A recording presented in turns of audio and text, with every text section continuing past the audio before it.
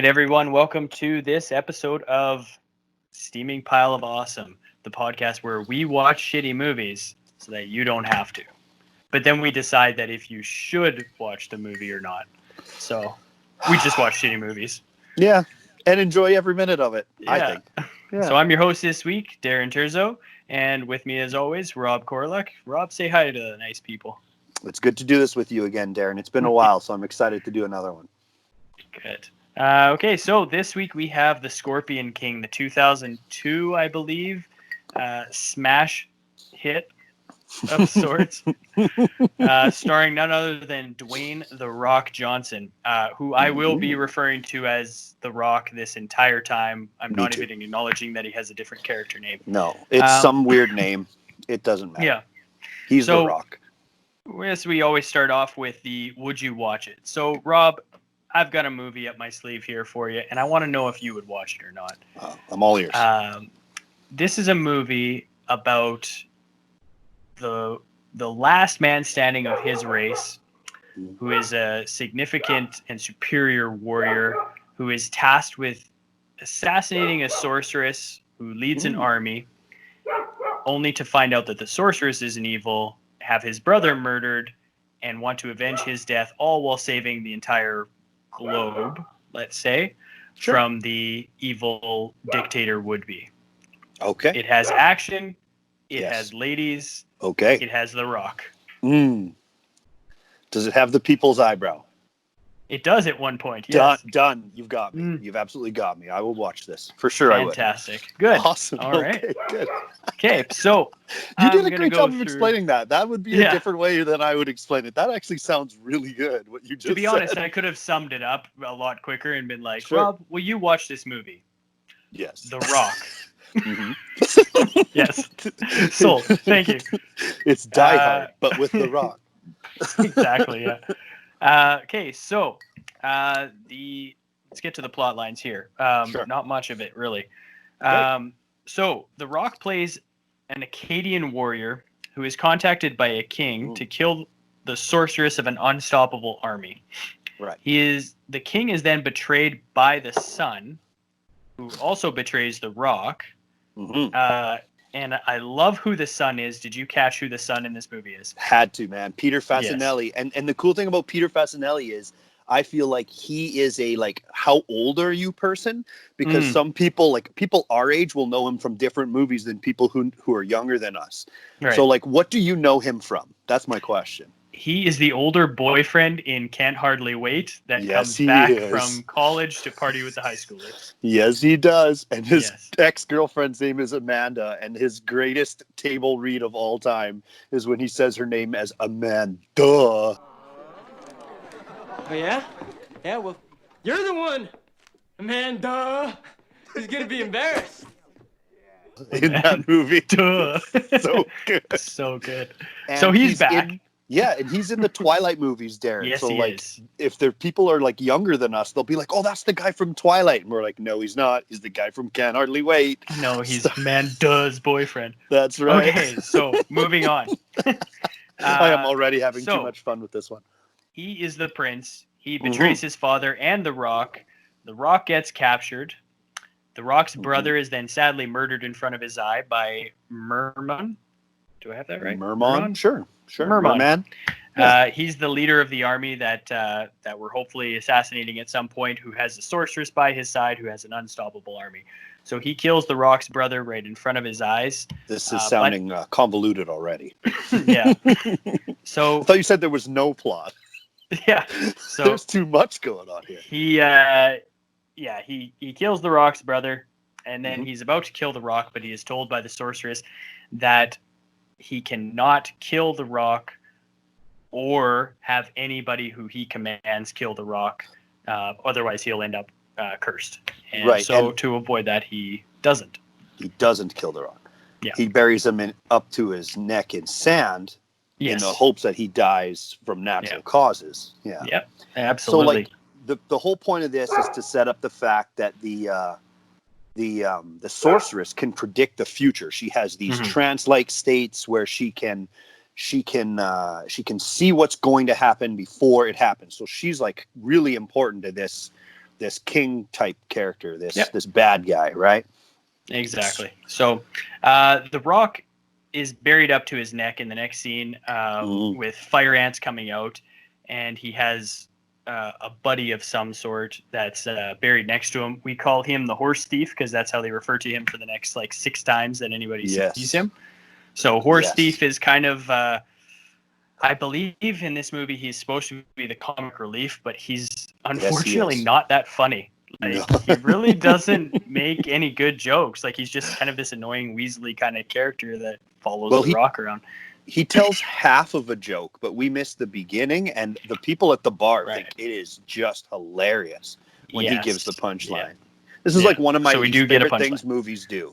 When they like cut back to a character and he's telling a punchline of a joke we didn't hear. So it's just the sloppiest kind of writing for me that just drives me nuts. His name is Grant Heslov, by the way, and he won an Academy Award for Argo. Yeah. This guy is a real deal after this movie. Not so much in this one, though. Maybe he's finding his footing. It's funny because I actually recognize him from True Lies. Yeah. He's the bad guy in True Lies. The Rocket Man. He's not the bad guy. He's not the bad guy. He's the battery guy. I know he's in True Lies. I just can't remember if he plays the sexy Frenchman voice from the hotel soiree, or if he plays the cameraman who sneaks in at the end of the movie, who has the gun in the camcorder. I just can't remember, but he is from True Lies. I did check that. So, anyways, that's awesome. They team up after escaping the up to the neck. Yeah. They're buried up to their neck. They do get loose. They kill the guards, and they're off to Gamora, where Memnon lives. Yes. And they're granted access because Horse Thief has a bounty on the Rock, knocks him unconscious, and pretends that he's coming to claim his bounty. They get access into the city. Can I talk about that scene? Because I love that scene. Go ahead. Okay, so like this is the second time in the movie already where the Rock has knocked this guy out. Yeah, so the first scene, he's hanging upside down, and he's making too much noise because he's excited because he thinks the Rock is there to save him, and he's like, oh, you've obviously heard of the large amount of money for bringing me back safely, and the Rock's like, shut up, man, you're ruining my stealthy entrance. And the guy keeps talking, so he just one punches him and knocks him out while he's hanging upside down. But in this scene, it was like actually made me laugh out loud because you know he's going to knock him out in this scene already. Like you can just feel it coming because you're like, oh, he's going to knock him out again. And sure enough, he does. But when he does punch him this time, the horse thief guy, he like punches him in the face, boom. He like gets knocked out on his feet. He falls forward into the Rock's arms, and the Rock catches him and then just strokes the back of his head ever so delicately, like there. And I absolutely love this scene. Yeah. I thought that was just fantastic. The Rock's like, I guarantee that was just like a little improv moment where he's like, yes, I got you, buddy. I got you. It was so good. Anyway. The Rock is hard, but he's also soft. That's right. So they get entrance into Gamora. They split up. The Rock leaves him at a local bar, basically. The Rock meets up with a couple of street urchins. One of them gets him access to Memnon's basic area where he can perform an assassination. Unfortunately, that's foiled because the kid, who is basically like Aladdin at the age of 10, is the vibe I got from this kid. This movie borrows a lot from Aladdin. I will be the first to admit that. He gets caught. He's about to have his hand chopped off. Instead of killing Memnon, the Rock shoots the sword away from Fasanelli. Yep. He has to make a choice, right? So he saves the cat. Yeah. He saves the kid. Yeah, he saves the kid and is exposed, and he has to take off again. By jumping 300 feet off of a tower and landing on his feet. Yeah, there's a couple of jumps that The Rock performs in this movie that are a little unrealistic. But that is one way to say Rock, it. So we're allowing it. That's right. Did you see those quads? The foiled assassination happens. Yeah. The foiled assassination happens. The Rock is now on the run. He bumps into, for the second time now, Memnon's lead scientist, who is crazy old white-haired man. Kind of. Did you recognize him? I did. I did not look to see who it was, though. That guy was the captain in the Titanic movie, the James Cameron Titanic movie. And I only know this because my like high school girlfriend in the mid-90s dragged me to this movie probably 5 times in the Yorkton Theater. Oh. And it was an experience for me. So yeah, this guy was the captain of the Titanic. And he instantly brought me back some flashbacks to like the late 90s extravaganza that was the James Cameron Titanic movie. That's interesting because I believe that the Titanic was in fact a microcosm for that relationship. Okay, stop it. Okay, so he bumps into the scientist. The scientist kind of allows him to stay in the room for a minute, launched the room, landing into where the sorceress is having a bath, where he gets a full frontal view of the sorceress, which is now interesting. And the drain is large enough that they are able to pull the plug and both of them get out. It's like a water they slide land in the city. for the Rock. Yeah, exactly. It's a water slide. When they land at the bottom, there's a couple of kids at the bottom. They also get to see her. She then covers up in what can be described as the skimpiest outfit the desert has ever seen for the rest of the movie, which is she didn't start with much at the beginning too. This is Kelly Hu, right? Kelly Hu. Yes. Her first outfit, we can backtrack all the way back to the beginning of the movie before this even started. Her outfit. Do you remember this outfit? The one where she has like the giant cape with the eagle feathers on each shoulder, and then like the high like. He had like Doctor Strange, like and then basically wide open everything else, like this big cape with a high collar. I referred to it as Vlad the Slutty. So, and now she's in like a hood, but with like a wide open robe, like tattered robe that she's They were not afraid to show off what she was bringing to the table. No. That is absolutely sure of that. These two scenes, there were two things that happened here that I cannot figure out how they did. 2 shots in a row where I was like, I wrote in my notes, I'm like, how did they do this? So the first scene is right before he gets catapulted. He does like the Indiana Jones Temple of Doom thing where he hides behind a giant metal thing that's rolling across the floor. And it busts over like the balcony, right? And the Rock goes over the balcony and one hand grabs the edge of the thing, and it's all one continuous cut.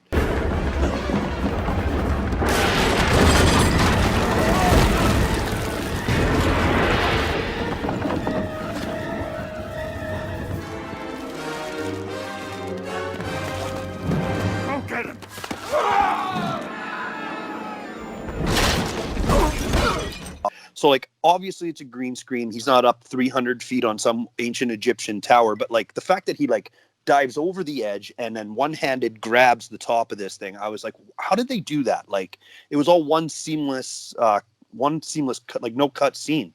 So I don't know how the heck they did that. And it was amazing. And then he falls in, and they have this next scene where Kelly Hu comes up out of the bath, as all women, I'm assuming, do, where they flick their hair up in slow motion, and she's completely buck naked, but yet the hair somehow manages to just hide enough that this thing can keep a PG rating. Like, how many takes did that take? That's my question to you. The Rock was not upset if it had to go one more, I guess.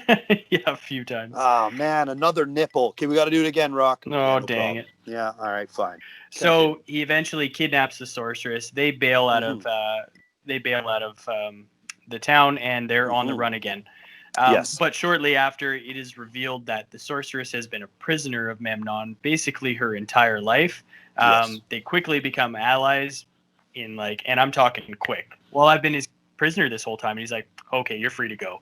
Yeah. And then they become best friends because we can't drag this movie on any longer with plot development. We need scenes for action. So that's right. They're now besties. So the following day, as they're on the run, Memnon has sent out a troop of his warriors to go kill them all. Yeah, like 10 of his best. As evil kings do. They're aided. They do find them. Rock charges headlong into the group. They think he's crazy, but up comes Sandstorm behind him. And with the aid of the Sandstorm and then into a cave that's full of... This cave is awesome because it's just full of not only naturally occurring booby traps like quicksand, but also man-made booby traps like one of the guys goes to reach for a sword and he's instantly lassoed by his foot and then shot through a hole in the roof to go God knows where. Right. Into the sun, we also maybe? have, possibly.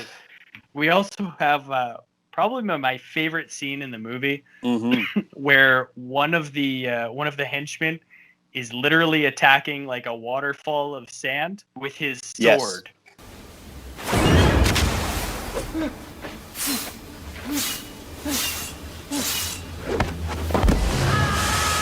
Yes, he's hacking the sand. He's trying to hack and slash the sand. Obviously, I think he was trying to stab it shortly after. If there was something in behind, he was trying to clear it out, I think, because they were getting sick of being killed in the shadows. Right. Darren, I'm glad you enjoyed this scene because this was my absolute favorite scene to watch. And a good scene. Whether or not we choose at the end to suggest people watch this movie, this scene is worth watching all on its own because there are so many cool little... I wish more of the movie was like this. The Rock sneaking around in the dark, killing a bunch of bad guys without them even knowing what's happening. It had a real Batman vibe for me. I really appreciated it. Yeah. That's what I thought of it too, was like if Batman was a 300-pound Samoan dude. Yes. Like this would be the scene, right? You mean he isn't? Yeah. I don't get a lot of tiptoeing from the Rock in most of his other movies, so that's right. It was relatively believable. The naturally occurring booby traps were a lot more realistic than the man-made ones. Yes, but yeah, I got a good kick out of the guy hacking and slashing at the waterfall. Me too. So eventually it boils down to just the Rock and the captain of the troop. They go outside into the storm. They're hacking and slashing at each other.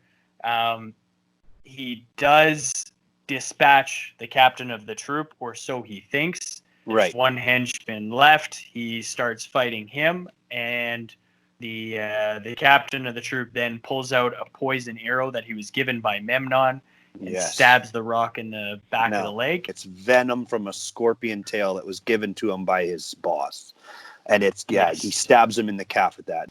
The idea that on paper it probably sounds good, like these two guys have a big showdown, they're the last two standing and they're gonna have this showdown inside the sandstorm, but you can't see anything, so it's like the sandstorm literally gets in the way. And I'm gonna be honest with you, man, like right at this moment I was like, oh, I miss Fury Road. Oh, what a day, what a lovely day. Winners! Like that's how a sandstorm's done right. But that scene where the Rock comes over the hill and the sandstorm comes crashing in behind him, that was a pretty cool shot, man. It was a good scene, yeah. This whole the little bit here with the scorpion venom poison in the arrow kind of made me chuckle because this is obviously what the whole movie is about, is him being the Scorpion King. Right. But it literally goes nowhere, which we'll get to in a scene, but it's really anticlimactic. There's no magic in the scorpion venom. There's no reason that he becomes the Scorpion King. Nobody references it for the rest of the movie. It's just really, it's a throwaway on what should be the title. It's almost a throwaway. Balthazar does mention it later, but it is not effective, and you're absolutely right. Now, this is like one of those things where like they had to like make it work because this is a sequel to a prequel, this is a prequel movie to a sequel that's already happened they decided to make because they hired The Rock for a small part in a movie and they loved him so much that they're like, well, let's make a whole movie for The Rock to be in again as this character. Universal Pictures like literally made it on the fly. So they greenlit this thing from a tent somewhere, and I absolutely love that. But you're right, like they're trying to fill this in with the idea of the venom of the scorpion, and the girls quote, "The blood of the scorpion will always flow through his veins if he survives." Oh, isn't it venom? It's not like the blood of the scorpion. Like this is very confusing.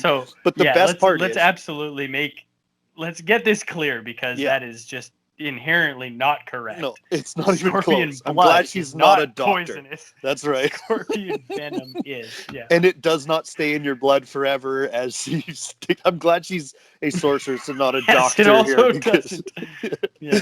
yeah, but like the best part about that whole scene was I felt my face make a funny head tilt, like weird, like Yeah. what is she talking about? But the exact next scene is The Rock's camel doing the exact same face. Me and the camel were like 100% in sync on this one. We're both like, on the "What?" same page. Yeah. So Is that a I good do thing? need to I don't know. backtrack because so the Rock finishes killing the whole troop. He finishes with the last henchman. The captain dies after stabbing him with the arrow. Yes. It cuts to now it's clear weather. The sandstorm is over. Comic Relief and the sorceress, Horse Thief, are trying to find the Rock. The Our Rock pit is this uncovers himself from it's Horse Thief. Yeah, Horse Thief. Yeah, it does. Yeah, Horse Thief. Horse Thief and the sorceress look for him. They find him. He stands up. The sand falls off, and we have this just absolutely swoon-inducing moment with the Rock. Just like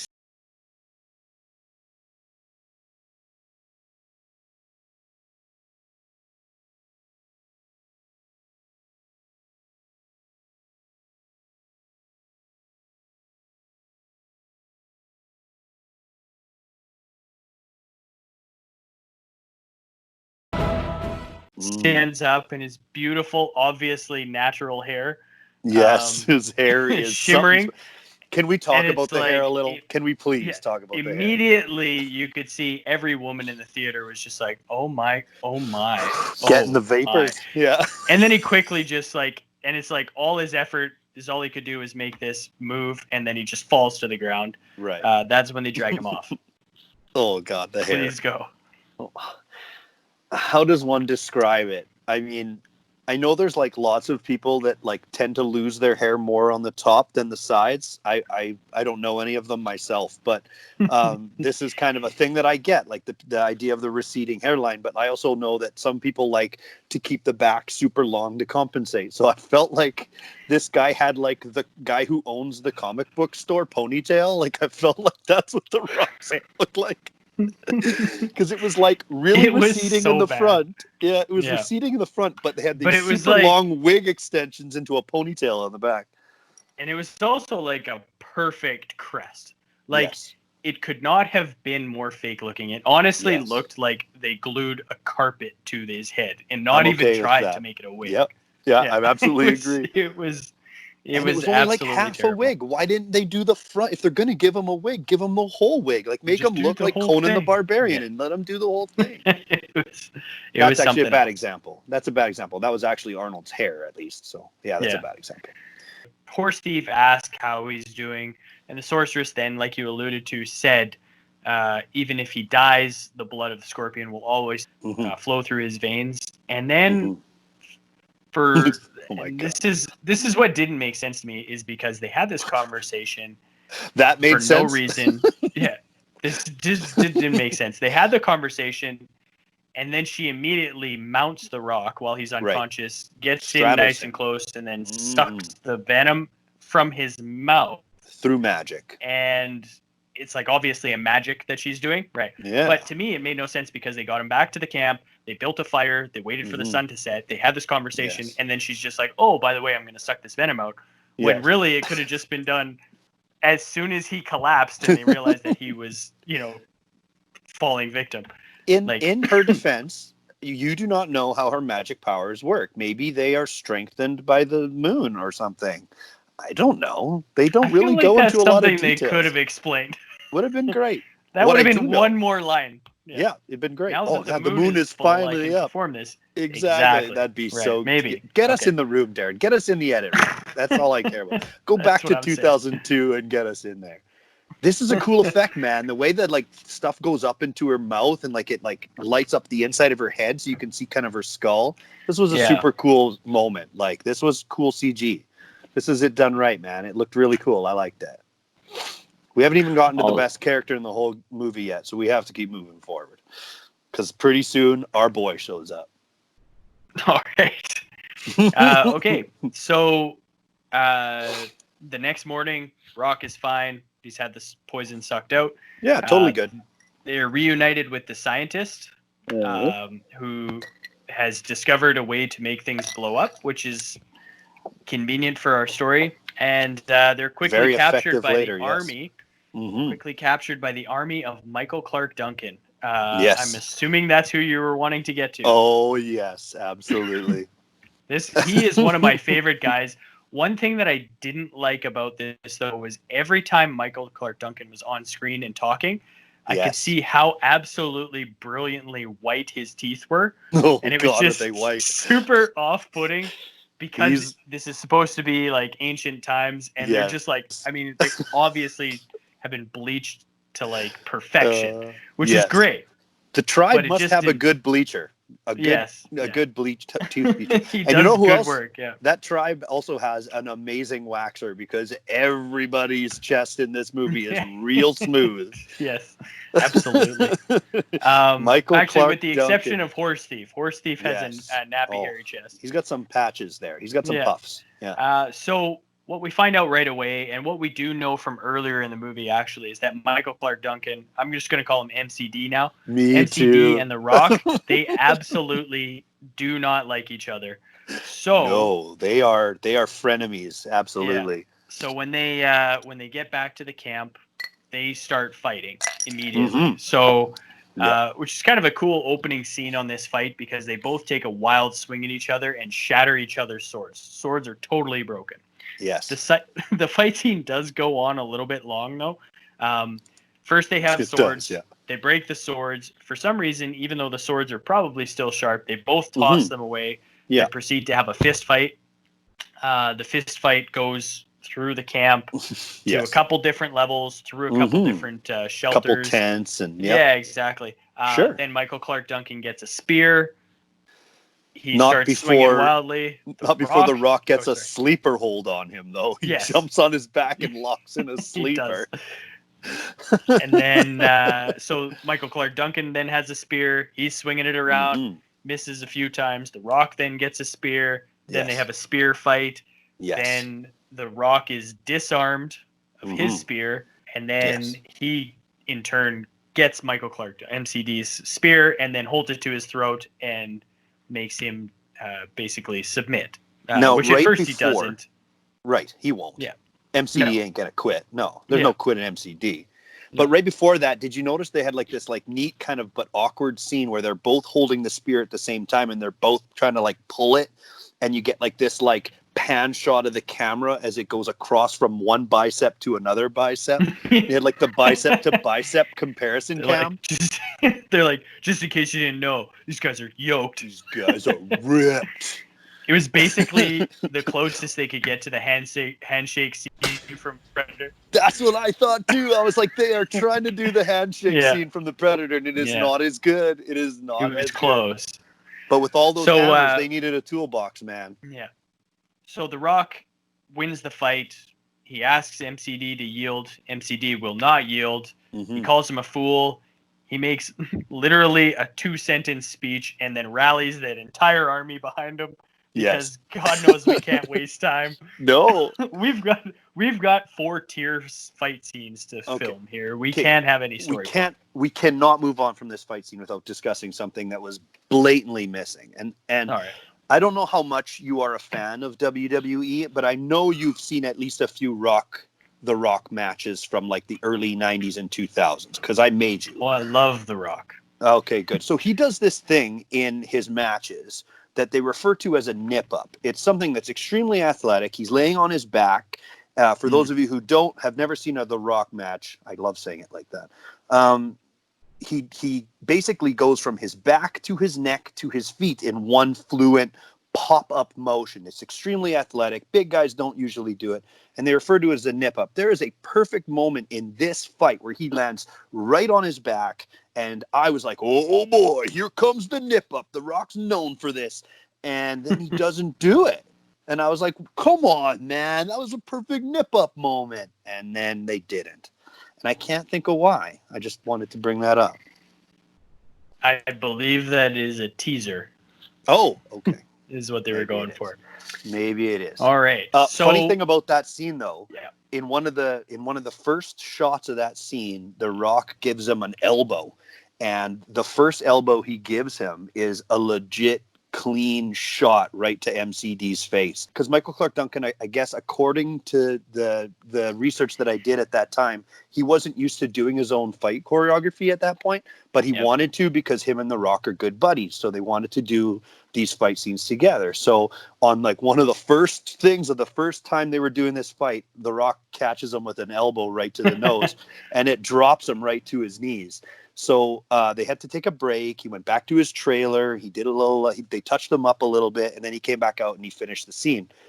As a prank to get even to The Rock, MCD went into the makeup tent and got them to like shove his face full of cotton balls and like maked up his whole side of his cheek to look super blistered and bruised. Yeah. Oh, and then they awesome. filmed The Rock's reaction to him saying like, yeah, man, sorry. This is a really bad MCD impression, but I'm trying to be like a deep voice.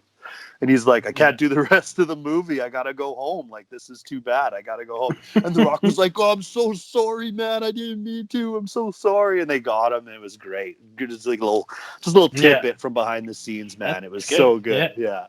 Keep going. Let's keep going. All right. So the next scene, everybody's happy. It's a party that night. This is actually probably my favorite scene in the movie. The sorceress has a bad vision of everyone being killed while they're at the new camp. She tells The Rock that if he is to face Memnon head on, he will lose and he will die. Right.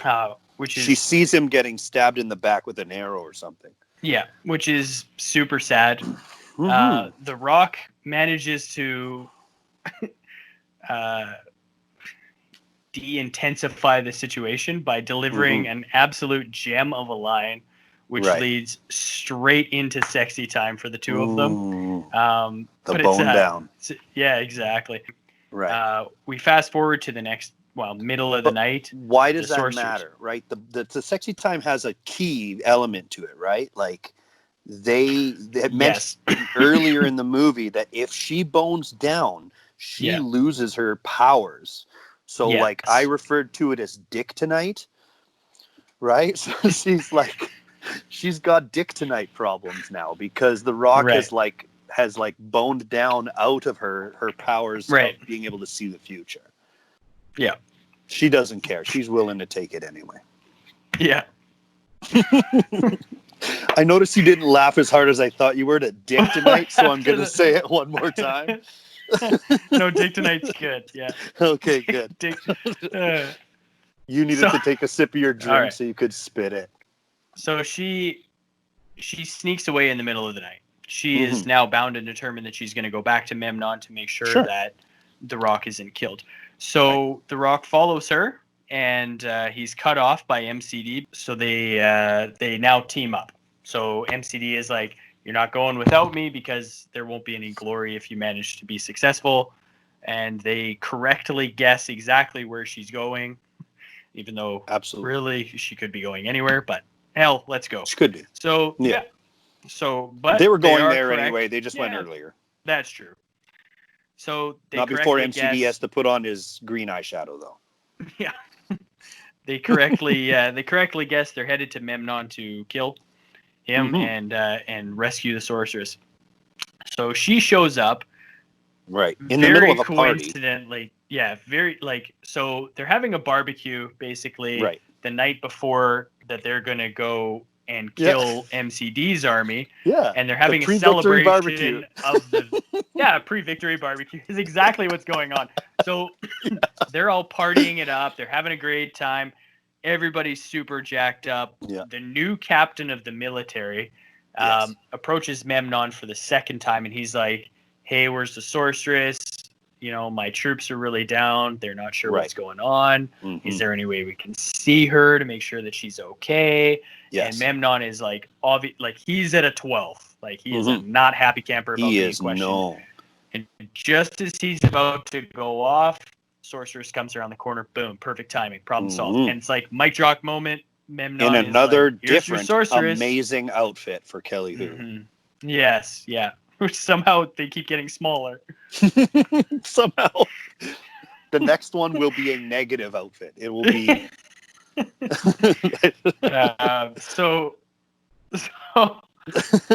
So Memnon says, "Here's the sorceress." He's like, he looks at her and he's like, "What's your prediction?" And she says, and I quote, "That your enemies will reveal themselves to you." Yes. How ominous.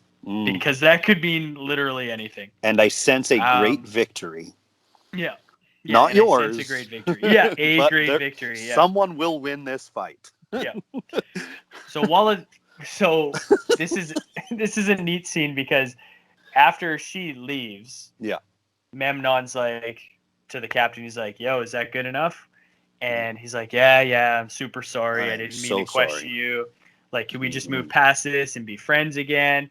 And Memnon literally stabs him in the stomach, kills him, lays him on the table. That's a no for me, dog. You're dead. Yeah. And then just announces that the barbecue is over. I know.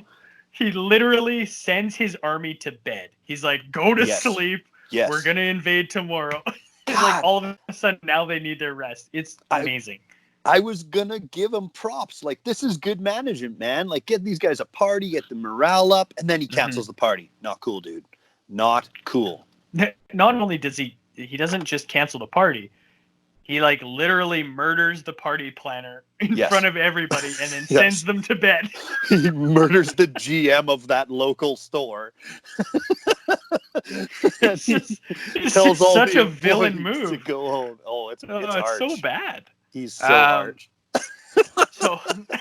So at this point, what's going on in the background that Memnon doesn't know about is that MCD and Horse Thief and a couple HT. of beautiful harems from MCD's army are he's got like a badass group of women with him, right? Yeah, like, which I don't think that they got enough exposure in this. Like they were a crew of sick warrior broads. They could do a spin-off of that from this spin-off of the first spin-off. It could only get better, to be honest. They could just keep spinning these spin-offs, man. So they're at the front gate. Yes. They open up the carriage door to expose the harem of women. Of course, the guard Balthazar's is immediately, angels. Yes. Yeah. The guard at the front gate is immediately attracted to Michael Clarke Duncan's pretty eyes. He's like, let me see that face. Pulls it down, and of course, let's see that pretty little face. It's MCD. And knocks in him green unconscious. eyeshadow. He's rocking that green eyeshadow, man. Does, Say what you want. He looks good. He looks really good. He does, yeah. So they kill all the guards at the front gate while the Rock is taking the hard way, which is I don't know why he does this. He scales up the wall. I also thought the guard on the tower was quite comical because he sees the grappling hook. And he knows that something's coming, and he approaches it with a bow and arrow. Yes. Like not a sword. Not a sword. Nope. Not any kind of close weapon. Also, the speed in which takes his time. Yeah. The speed in which the Rock gets up that grappling hook, though, because you got to think like that's about a 30-foot wall. Sure. And he hooks it, and the guy comes around the corner. It takes all of about 5 seconds. Let me tell you, 5 seconds to climb a grappling hook 30 feet is really, really impressive. I would put it within the realm of the Rock's abilities. Yeah. Sure. And then at the top, he's not out of breath or anything and just grabs the guy, flings him Chucks him over. He's gone. So this scene had so much potential, man, and they just did it the way everyone would expect them to. It was just a shame. I thought it was a missed opportunity, man. Yeah. So the Rock is now in. The MCD and his crew are in. They're all in. And we're ready for a final showdown. Yeah. So Memnon and the sorceress, they're having a private meeting in the back. He's got to try and figure out if she has So I'm glad you're bringing it up. I was hoping we wouldn't jump over it. She's been Pound Town with the Rock or not. Yes. So what he wants to know is, can she still see? Yeah. So they come up with a clever plan. They put 4 cobras into 6 pots. So there's 2 empty, turns, and she has to guess which 2. So she sticks her hand in the first one, comes out, no cobra. She's good. Cobra. He's all right. smashes that one. Now find the other one that's empty. Yes. Puts her hand she has to do it twice in a row. Yeah. So she puts her hand in, she pulls out the hand, and she's got the cobra. And she's holding at this point, the enemy, has revealed herself to Memnon, which is like, whoa, just like she said. We had to wait all 3 minutes for that suspense. Yeah. Yeah. Now, they have 6 urns, they have 2 empties, and they have 4 cobras. Okay. Not to mention the amazing magic trick that Kelly Hu does, where they put a real cobra in the pot and then she pulls out a CG cobra. That in itself, we're not even going to discuss. That is a great magic trick. That's not what got me. The old Kansas City shuffle. Yeah.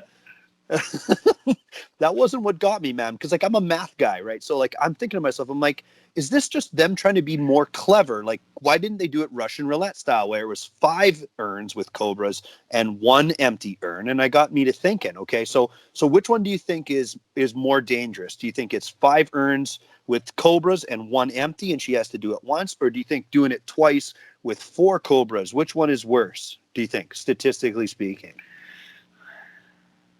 I would say that getting it right twice in a row is harder than getting it right. It absolutely is. Once. Yeah. If she pulls 1 not cobra out, that's a 17% chance of success, which is pretty low, but still not bad.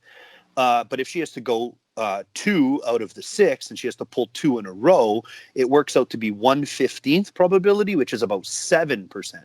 So it's actually much more difficult to pull no cobras out twice in a row from 4. So yeah, it's not just like them trying to be clever. It actually is statistically much more difficult to pull 2 in a row where she doesn't get bit. So I just had to say that, because that's where my head was going. I like literally paused the show and started doing math. So any movie that makes me doing math gets a good rating in my book. That's all. Really cool.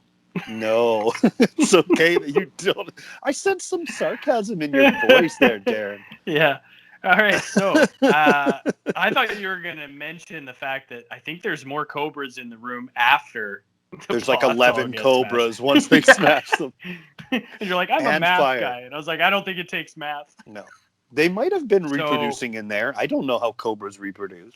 When the sorceress pulls out the cobra, she reveals herself to Memnon, and he says she's been pretty revealing all the way through. But go ahead. Yeah, I agree. You want to? He's like, you want to mess magic with steel, and then of course they start to fight.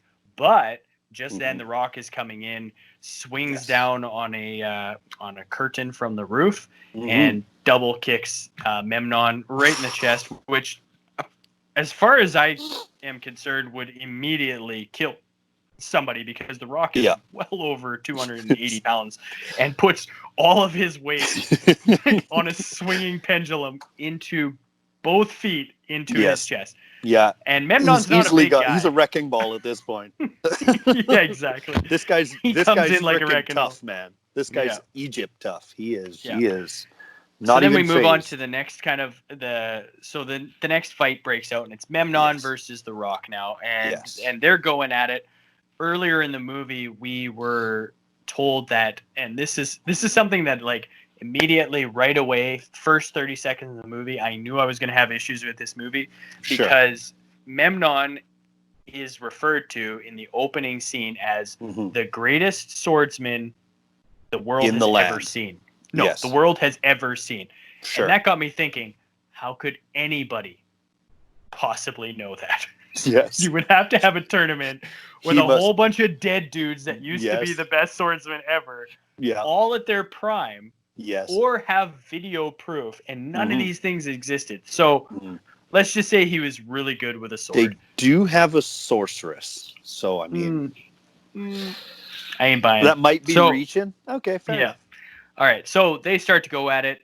It's clear that The Rock is actually indeed a match for the greatest swordsman ever.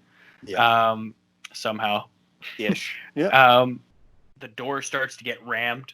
And Memnon thinks it's his city guard, and he's like, you got fire in front of you, because now the whole room is on fire. The whole place is burning, You got fire in front of you. You've got the city guard behind you. Things are looking not so good. And then boom, the door busts open, and it's indeed it's the city guard, but they're all being carried by Michael Clarke Duncan, and he is just slaughtering them left and right. He's got 2 or 3 of them on his back, and it's like, what? Like everything. MCD is taking awesome. names. Yeah. Absolutely. Yeah. So as this happens, Memnon sees the opportunity to pounce. He grabs the sorceress, sword to the neck.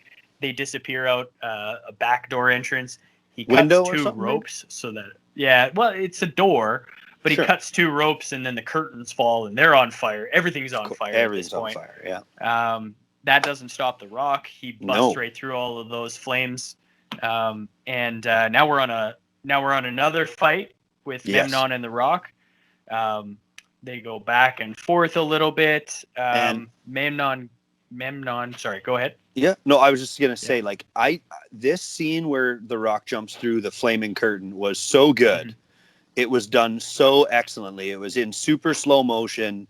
I honestly wrote in my notes, I said, like, did the Rock really jump through fire, like, to do this? Because, like, I thought it was so well done. There's so many times when these kinds of movies use fire, and it's just like, oh yeah, that fire was put in later. Like, this looks just see, like, so good. Yeah, it's like in the front. Yeah. It's like construction paper. This was so it actually was pretty good. It looked so good. I was like, did they if actually I was told get that the he Rock? Jumped through that fire, I would definitely believe it. Right. So. I tried looking to see, and I found nothing. So I'm going to go ahead and say it legit was real. Good. All right. So now we're on a ledge. Memnon gets the upper hand, and he makes the mistake that every villain in every movie has ever made. And catches him monologuing. He leans in and he says, "Die well, assassin," which of course is the end line between the Rock and his brother, where he says, I think they say, live free and die well. And die hard. Die well, yes. Die well, yeah. Yes, live free. And die hard. So wait, no. The Rock's brother, just before before Memnon kills him, says, live free, and the Rock replies with, die well, brother. So, of course, Memnon, being the dick that he is, leans in and he says, die well, assassin. I think he trash-talked the guy he killed at the party, too. Like, he stabbed him in the belly, and I think he really just can't do it without being a dick. This guy's got a problem. Yeah. So now we have your moment. Yeah.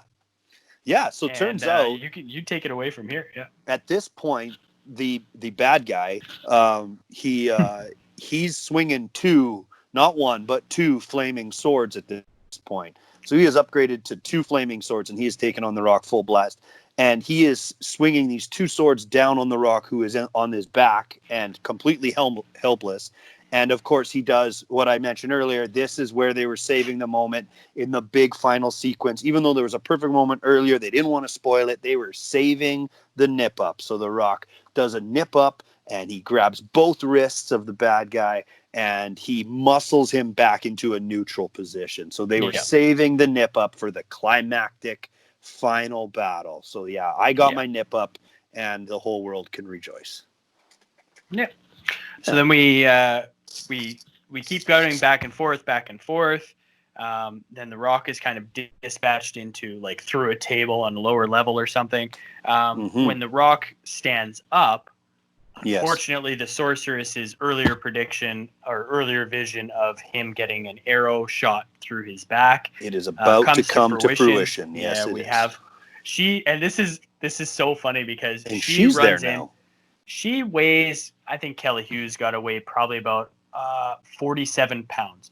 So she runs. Kelly who?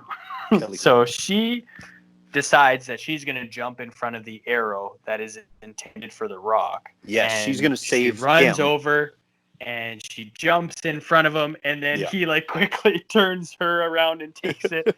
He's just like, no, I'm going to take this. Nice try, hon. And then turns around, takes the arrow in the back. We all collectively hold our breath. Yes. But the Rock stands up. Memnon is kind of standing over topping, watching all of this develop.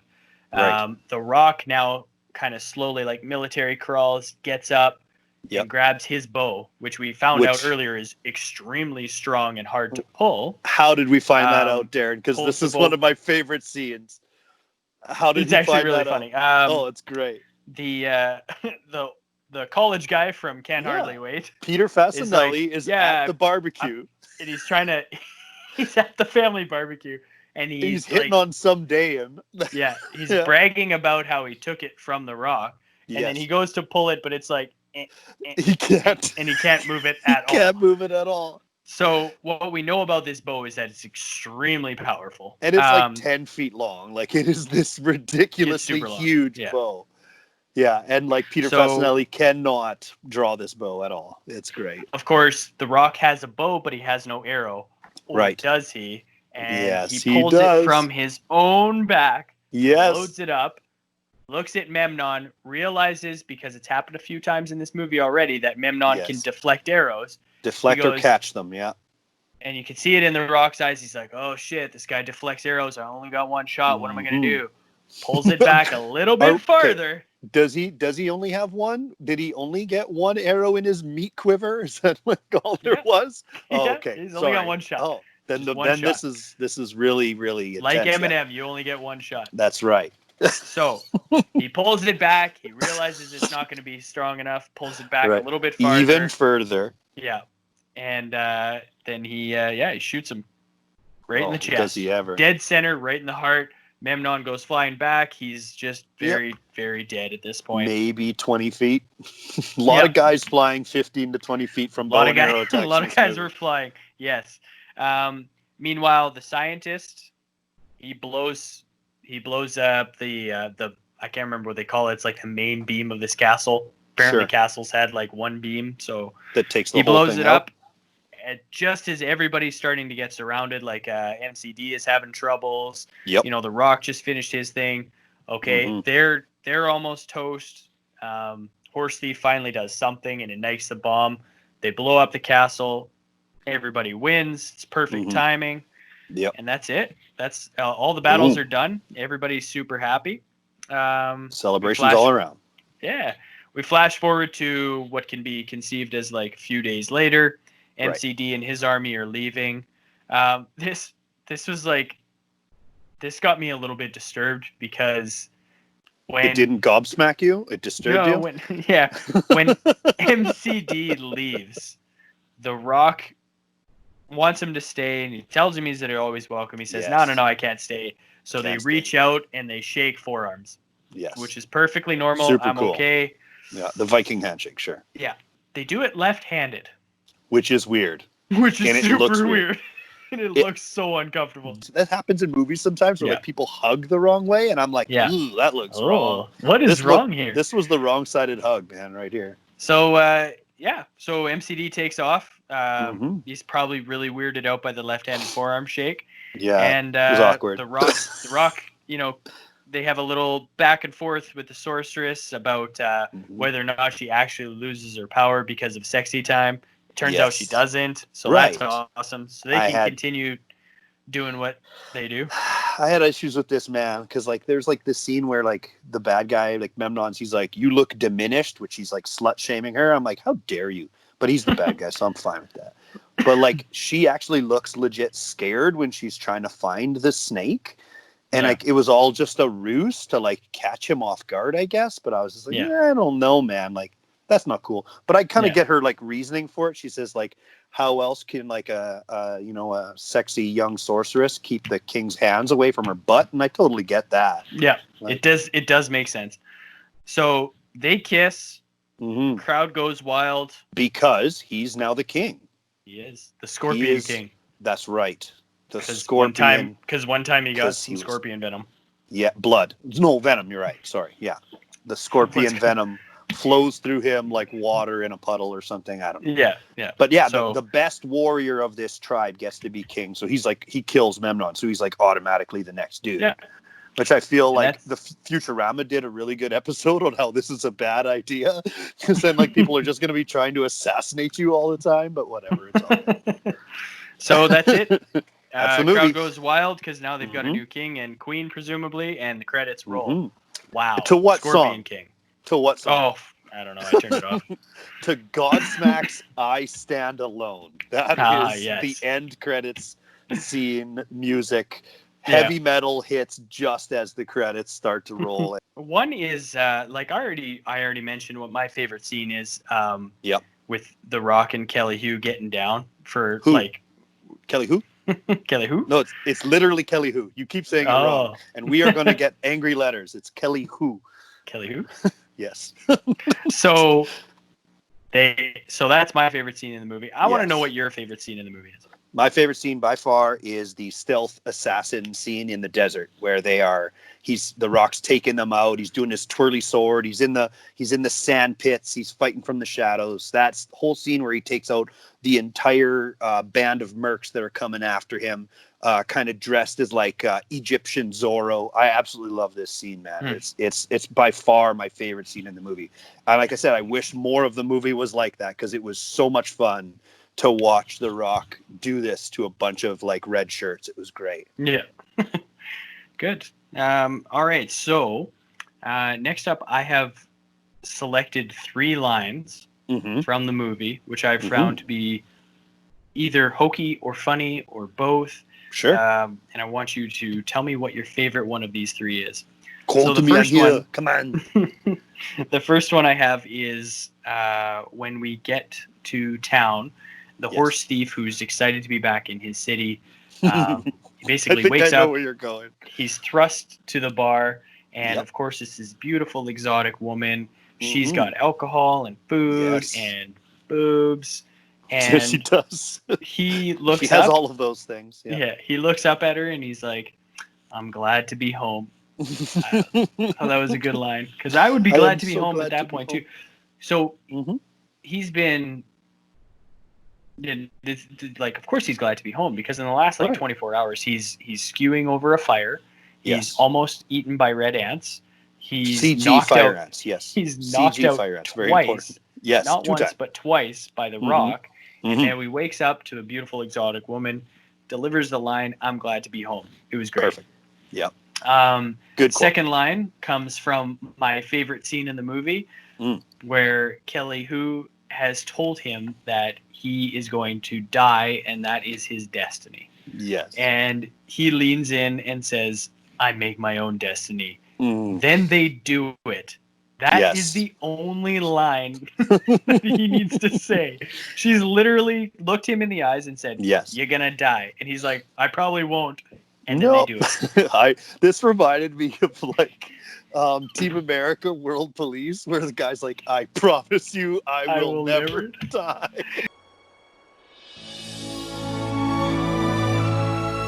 I promise I will never die.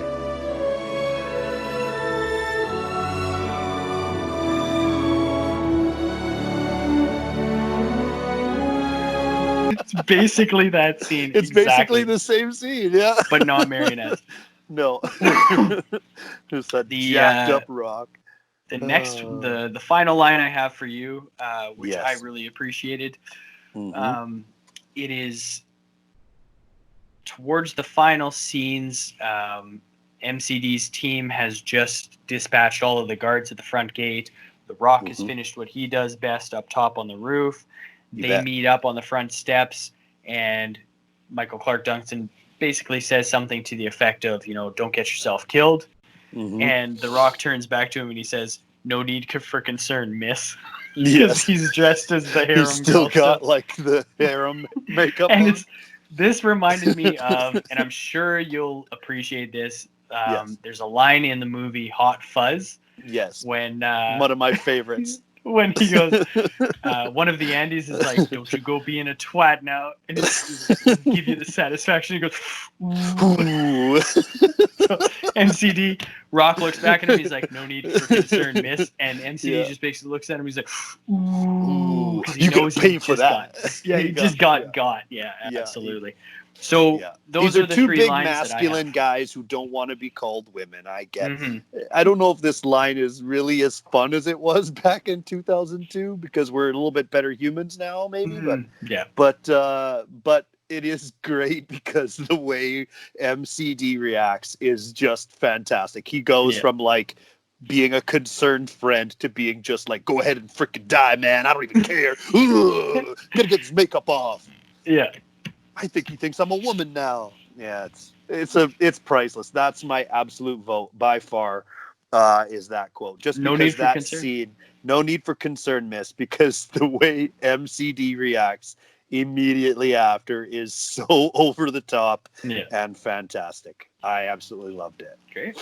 All right. And then I have, I'll go with my favorite character, and then I'll ask you who yours is. I My make my favorite own character destiny. Yes. is, now I had some trouble choosing one because Oh I God. really, really enjoyed The Rock. Sure. I thought he was like, I always like The Rock. He's always the same character, Yeah. but I just love him being planted in basically any movie. It's great. Right. For sure. A lot of fun with him. I'm a big fan of Kelly Hu. Yep. Hey, you said it right. Nice stuff. Yeah. I also did kind of dig Menmon at some points, but yeah, Oh, he was really? okay. Mm, But I got to go with my favorite character yes. is the prince who betrays his father. He is And just does such a wiener. literally nothing else after of I value. have a theory behind this. Okay. I think he's actually the good guy in this movie. All right. Because- I'm willing to entertain this. Because Menmon Yeah. he's striving for peace. He even says it in one scene. He's trying to be Right. peaceful. I want to He be the just wants dictator he so wants I to can be make the- everyone happy. Exactly, yeah. So that's his idea of peace. Okay, great. Sure. So who are his opponents? Well, there's a Right. giant army with, Mhm. MCD as part of it. Right. The king, who's, the prince's dad is part of it. He Mhm. hires these assassins to kill Menmon and the sorceress, and that'll obviously throw the world into chaos according to Menmon. So Yes. what he needs is a visionary to step out from his father's shadow, literally chop off his head and join Which, his by the army. way, way better severed head than in the Velocipaster. Far better. So much The people who made Velocipaster should watch this movie and be like, that's what a severed head is supposed to look like in a Oh, movie. that's it. No, yeah. it's not just a Um, mannequin so- head with weird eyebrows. So that's who my favorite character is. You're Yeah. going with Peter Fasinelli as your favorite am. character. I am. Yeah. Well, I was going to say Michael Clarke Duncan because he absolutely steals every scene he's in and he's fantastic, but I can't let you have Peter Fasinelli and not have a more ridiculous one than you. So I guess I have to go with The Rock's camel. I'm going to go with The Rock's camel as my favorite character in this movie because he gives the same facial expression as me, and quite frankly, he's more pivotal to the plot than your character is because he's like useful in several sequences where I will as say your guy I will does say that nothing.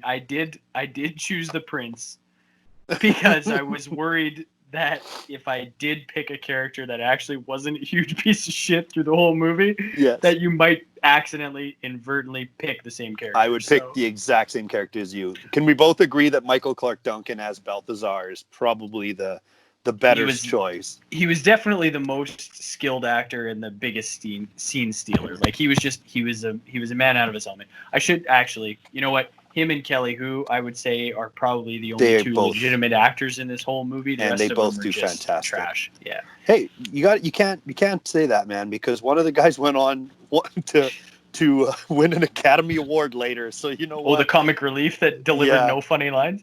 He did run headfirst into a post. That's Yes. supposed to be funny. Yeah. Yeah. All Okay. Fair enough. Did you know how Michael Clarke Duncan got this role? How he got cast? No. So, The Rock is chosen to be the Scorpion King in The Mummy Returns. He has small amounts of lines that are basically not even in English. And then there's this huge scene later where they use his likeness as a monster that they have to fight. They loved The Rock so much from these small amounts of acting he did that they gave him this movie. They offered him this movie as a spinoff, which is his first lead role. Mhm. They are talking to him. He graciously accepts, of course, because he wants to get into Hollywood and he wants more roles. So this is perfect for him. This is a door to a bigger venue, and he's going to get his first real payday. So, of course, he says yes. Now, they're talking to him about the movie. They're laying it all out. And in one of the sequences, they said, we've got this guy who you're going to have to, fight later, but then you guys become friends. we think of him as like a Michael Clarke Duncan kind of character, but like there's no way we can get Michael Clarke Duncan, but that's kind of who we're thinking of. And The Rock's like, he's one of my best friends. We work out together. And he picked up his phone and he called him and he talked to him on the phone for 5 minutes. He's like, hey, MCD, I got this movie I'm doing and they want you in it. And he's like, done. Where you want me, when? And that was it. It was just like, yeah, I don't even care what it's about. I'm in. If we can do a movie together, it'll be great. And that was it. Which is probably good, because if they had told him what it was about, they probably would have might have said no. He probably is like, great. we're going to do a left-handed forearm shake at the end of the movie. And MCD's like, okay. Can I get my teeth whitened before I come? That's all I need to know. I'm getting my teeth whitened. Yeah. Can I take this whitening strip off now? Yeah, I guess that's it for this movie. So let's move on to the ratings and see what's up next for us. Sure. Can I tell you a couple of things that I researched that I found really interesting? Heck yeah. Right on, man. Okay, so full disclosure before I start this, I thought this movie, when I put this on our list, Darren, I thought this was the movie where The Rock turns into a giant scorpion monster at the end.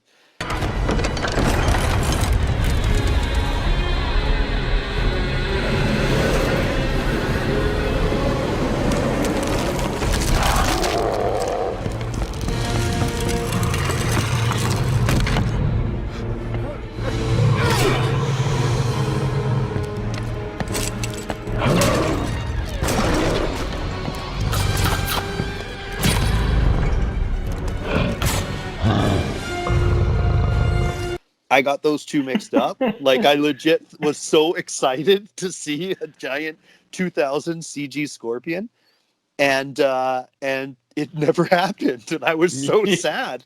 I was so sad. You thought this was like, The Mummy Returns? Yes, absolutely. And if I knew that this movie didn't have the giant scorpion monster in it, I would have put that movie on the list instead of this one. But I'm glad we got to watch it. Yeah, I know. Oopsie. But it's interesting, though, because, of course, these two things tie in together. There's a YouTube channel called The Corridor Crew, and you may have never heard of it, but they do these. They're visual effects artists that have their own channel. They work on high-budget movies, but they also do this like channel on the side where they fix old stuff to make it look good. And one of their episodes is they take the Scorpion King from The Mummy Returns, and they fix the CG of him to go from one of the worst CG effects of all time to actually a pretty decent one without actually doing any refilming. They just touch it up using Photoshop. So, and all of their tricks of the trade they have. So they take the Scorpion King, and the cool thing about this is how they fix it. This is worth a watch, even if you don't watch this movie. This Corridor Crew episode is a really neat thing, because what they do to fix his face is they use this movie and they deep fake the facial requisitions. They use deep fake technology from this movie to fix The Rock in The Mummy Returns. So this might be the first time ever where a person is deep faked with themselves. Right. So I thought that was kind of neat. So yeah. And the original film time, once they finished everything and it was in the can, the original film was 70 minutes long. So they actually had to go back and do reshoots of the movie to get it up to its 91 minutes. Because they had to add some stuff. Like the rousing speech that he delivers to MCD's army. That might be you one of them. guys should team up with me, and then we can kill the bad guys. Yay! They could have added some, character development between the two instead of having them just bone down after knowing each other 12 minutes, but whatever it is. I will never die. I will never die. The most interesting thing I learned about this movie is that it is legit, I'm not joking you, based on a true story. This movie, the idea for this movie came from a 5,400-year-old carving that they pulled out of like a tomb in Egypt that is now referred to, and you can look this up, as the Scorpion King tableau, where it shows a battle being won by a Scorpion King that unifies both Upper and Lower Egypt, or Eastern or Western Egypt or something. So this movie was actually legit based off of true events, maybe? So I find that incredibly interesting. There's some embellishment somewhere. Yeah. You want to guess the budget before we give our ranking? 74 million. Ooh, good guess. 60. And it made 92. 91. Good job, Oh. man. You know your stuff. 91 domestically, US and Canada, and about 180 worldwide, not counting all the money it's made since on people like you and me renting it. But yeah, it was good, man. It was really good. Good. It was a success, I guess, is what I mean. But All right. So Yep. we are getting dangerously close to the actual run time of this movie now. let's finish this off, buddy. So we'll wrap it up. So what do we have for ratings? Okay, so Rotten Tomatoes has scored it a 40 from critical, 40%. So not a good score. So its critic score is 40. Its audience score was 38, even worse. Darren, what did you score this movie? When we were talking about this before, I was set on giving it a 29. Yes, but you were. reliving this movie, and It was fun to talk thinking about, wasn't it? I'm actually going to go down to 12. No, I'm going. I'm going up. You swerved. I'm going up Yes. to a 53. 53. Okay. Yes. You are a 53. I am giving it a 60, which is a lot closer to yours than I thought I was going to be. So that's great. So I've given it a 60. That brings our total. Okay, first of all, while I'm calculating the total, what made you go up from a 29 to a 53? What was it specifically? That's a big jump, man. Why did you do that? It just it was a lot. Like, I think I just I wasn't in the right frame of mind to watch it the first time. I was Right. I was a little off put right away by the declaration that Menmon was the greatest swordsman that ever lived, which is an impossible feat Because to even you are? manage. Because obviously he hasn't. Because met obviously Darren, I am. so. It took me a while to settle in, and I think I just couldn't get over certain parts. But sure. looking back and reliving it a little bit, it's not bad. And Okay. they got it for the budget price of $60 million. Right. You know, It's not- I mean, I it's certainly not bad. couldn't produce any better for $60 million. No. I Even would the probably greatest make. swordsman of all time couldn't do that. I would probably make 6 million versions of the Velocipaster for $100 each. Okay, 3 million of them, and then 3 million of the sequel that's scheduled to come out that Right. somehow involves vampires now. Yeah. This movie's going to haunt my dreams forever. Not this one. Scorpion King's great, but yeah, we're never going to let go of the Velocipaster. No. That one's going to hang with us. So I would recommend to our viewers to watch that one. Darren, would you recommend this movie to people who've never seen it? If somebody was like, I really want to know what The Rock was like before he was actually a decent actor or a passable lead role, I'd be like, you should probably watch The Scorpion King then. Mm-hmm. Or if somebody was like, I really wish that Kelly Hu is still making movies with as little clothes as possible, I'd be like, well, you can relive it in The Scorpion King. Or multiple times X2. if you want to creep it up. Yep, for sure. X2. Who's she in X2? She is the Lady Deathstrike. Yes. No way. Yeah. Cool. I did not know that. It's like I don't even know you. It's been so long since I've seen an X-Men movie, dude. Like, it's not even funny. Still wondering if they'll ever come out with X3. No. Don't think they ever will. No. Yeah, that's unfortunate. It is a shame. Because that had so much potential. Yeah. I would recommend watching this just because it's like people call them the Swords and Sandals movies, like the idea of like these people in the sand fighting it out in ancient times. But this one is fun. It's not too serious. It's not too schlocky. I'll give a quote at the end here that helps me kind of like put it all together.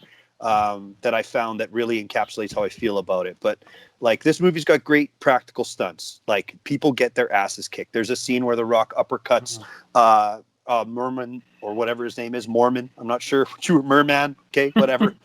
He uppercuts him. Menmon, there you go. He uppercuts him, and they change the camera angle to like straight over top. And in slow motion, we watch somebody's stunt double take this like backflip onto his neck from straight above, and it just like made me cringe. It was so intense. The costumes and the sets are cool. The sandstorm scene is a great idea, and of course, all the stealth kills we talked about at length in the cave. And it's got Michael Clarke Duncan. Those are great things. This movie's got a lot of things I don't like, though. Like, there's a lot of things it borrows from other movies that I just absolutely hate. The hero gets tricked a lot. Like, how many times did The Rock get tricked in this movie, Darren? He got tricked like 5 times, maybe. Like, the kids trick him. Dupable. Yeah. Very dupable, yeah. The kids trick him. The bad guys trick him. The good guys trick him. He is just completely gullible. They do that thing in a movie at the very beginning. The opening scene we didn't even talk about. Like, a guy with a burnt face gets throwing starred. That's how this movie starts. Oh, yeah, right.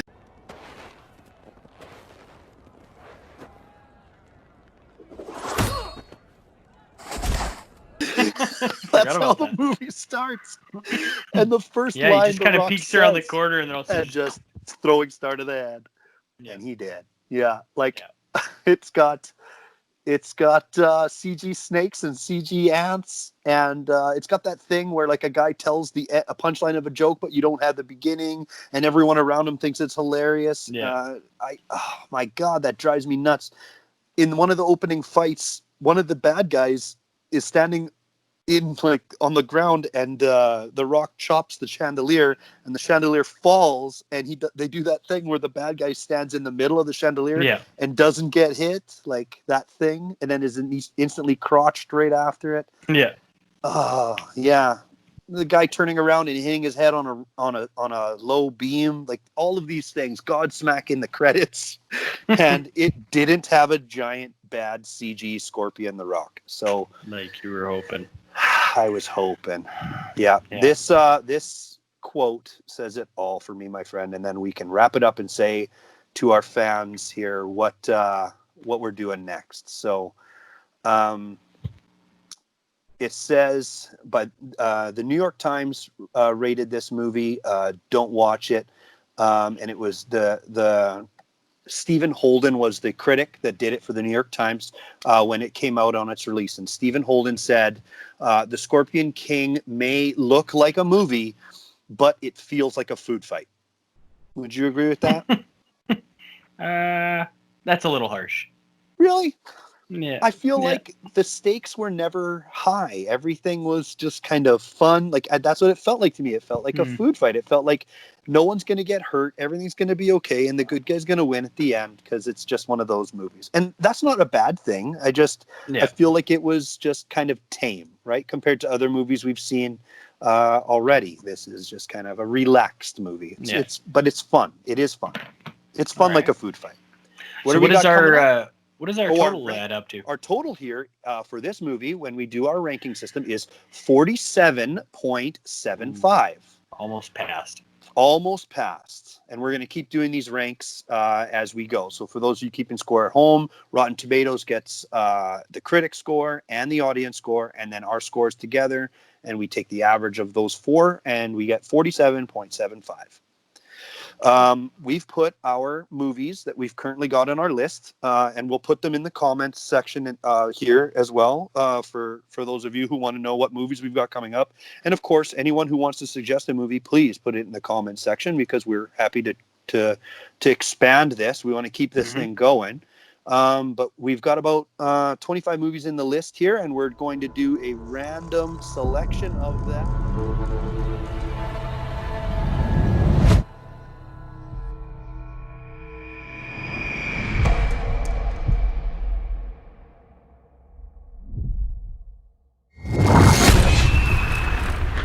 What's that? It's a megalodon.